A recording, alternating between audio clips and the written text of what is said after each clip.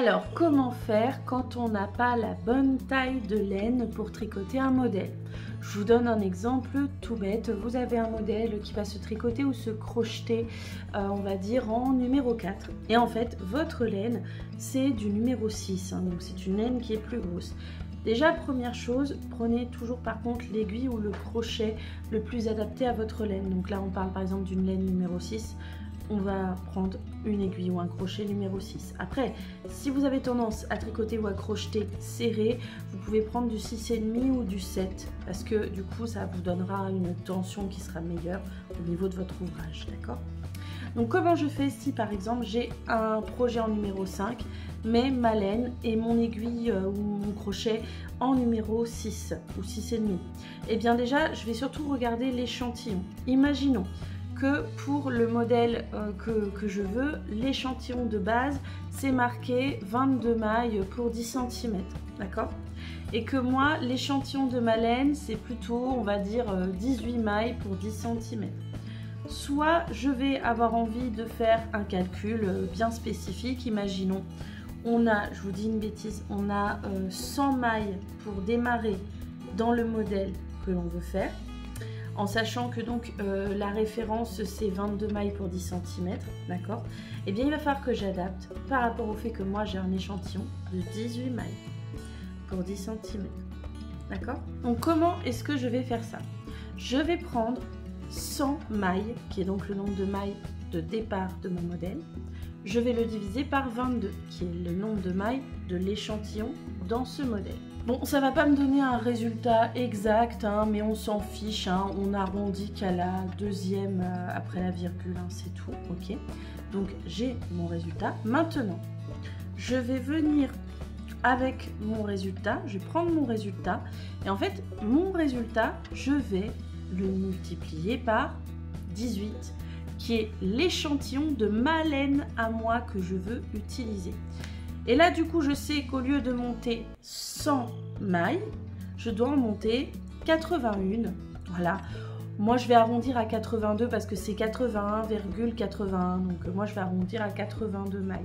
Donc, déjà, j'ai mon nombre de mailles de départ comme ça. C'est ça qui est bien. J'espère que mon calcul était plutôt clair pour vous. Donc, vous prenez l'échantillon de votre modèle. Vous prenez le nombre de mailles de départ de votre modèle. Vous faites votre calcul et déjà vous avez votre nombre de mailles de départ. Et en fait, à chaque étape comme ça, où il y a un certain nombre de mailles à atteindre, on va utiliser ça. Par exemple, dans un pull en top-down, d'accord? Un pull en top-down où on doit faire des augmentations jusqu'à avoir atteint un certain nombre de mailles. Je vais vous dire une connerie. Imaginons que vous devez augmenter. On avait notre nombre de mailles de départ à 100 mailles et vous devez augmenter jusqu'à en avoir atteint 180. Là, vous me dites, bah oui, Cassie, mais du coup, moi, je suis pas avec la même laine, donc combien de mailles, jusqu'à combien de mailles je dois aller? Vous faites la même chose. Vous divisez 180 par 22, qui est l'échantillon de départ de votre ouvrage, d'accord? Là, on a un résultat, bah tiens, c'est rigolo, on a un résultat pas mal du tout, on a un résultat de 8,18, là. Ce résultat, je le multiplie par mon échantillon, encore une fois, donc par 18, et là, j'ai 147. Là, pour le coup, j'ai 147,27. Donc, j'ai le choix. Soit je me dis, tiens, je vais plutôt faire 100 jusqu'à avoir atteint 146 mailles. Ou alors, je veux un petit peu la barre au-dessus, 148. Ça, c'est vraiment pas grand-chose. C'est selon vous, votre choix. 146, ce sera légèrement plus resserré. 148, ce sera un petit peu plus lâche. Par contre, pour tout ce qui est longueur en centimètres, imaginons on vous dit de tricoter jusqu'à tant de centimètres, là il faut quand même respecter voilà, les centimètres.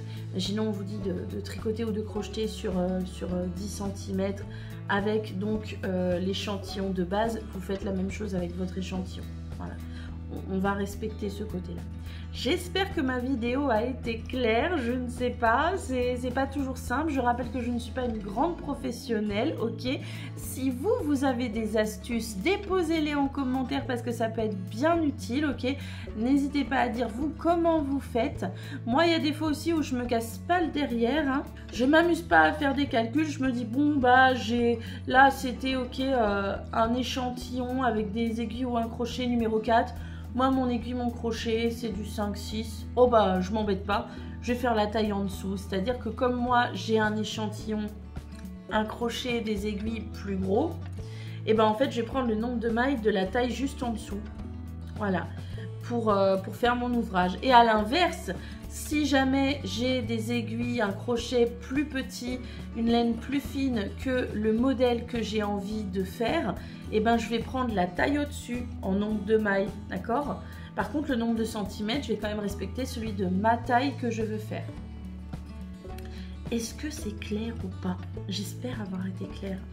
Sinon, n'hésitez pas à déposer en commentaire et puis on essaiera de vous répondre au mieux. Voilà, je vous fais à tous des gros bisous. Je vous souhaite plein de beaux projets créatifs. N'hésitez pas à vous abonner, à liker, à commenter et à partager. Et je vous dis à bientôt pour d'autres vidéos.